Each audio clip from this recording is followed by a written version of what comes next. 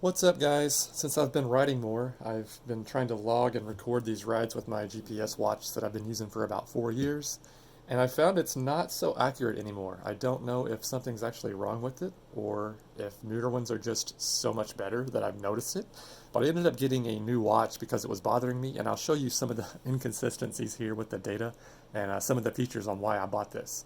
I ended up getting the Garmin Instinct Solar. It has built-in solar charging, which may be a gimmick, but I think it's pretty cool. I've always been a Garmin fan, but what I was using before was this Vivo Active HR, and it's basically a glorified step tracker with primitive GPS built in. I mean, it was $250 4 years ago, so it served me very well. But I've noticed on the last few rides that we've gone on, compared to my buddy's map and data, the lines are very inaccurate. The elevation is way off. It reported that Bogus Basin was at 10,000 feet at one point, which is completely off.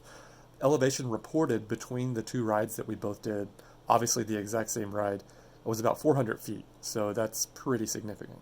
So I'm not 100% sure on this, but my guess is the newer ones are just so much more accurate because they actually access GPS, GLONASS, and Galileo, all the fancy Russian and European services as well.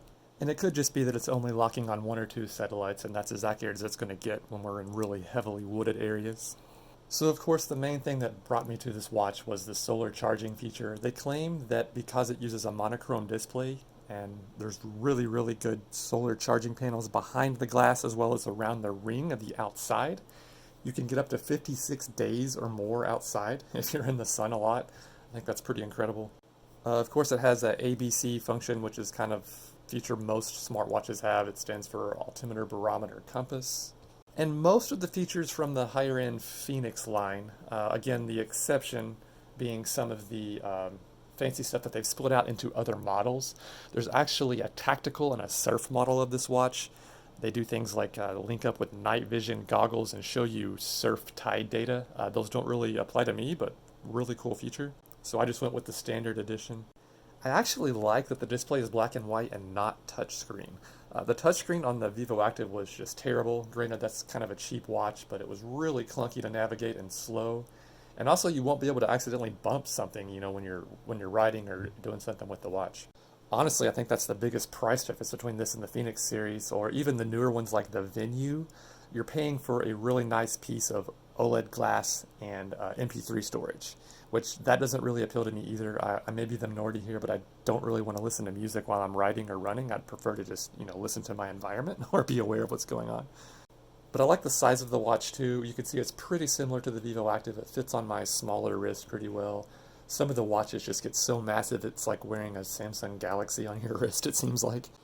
It only takes a couple of minutes to get used to the menu. You can see here it's just a matter of using these up and down buttons on the side. And the GPS button on the opposite side over here is select. So I'll scroll through the modes here, and immediately you can see many, many more options versus the Vivo Active HR. I think I had run, cycle, and paddle or row. Those were the only real activity options on the Vivo Active. And you can actually customize these and add lots more later too. Rest of the features are pretty similar if you've used any of the other Garmin watches. You'll see the Instinct has this newer reversible style plug. It almost looks like a USB type connector, where the Vivo Active HR has this old clunky snap-in cradle I could never get to connect right.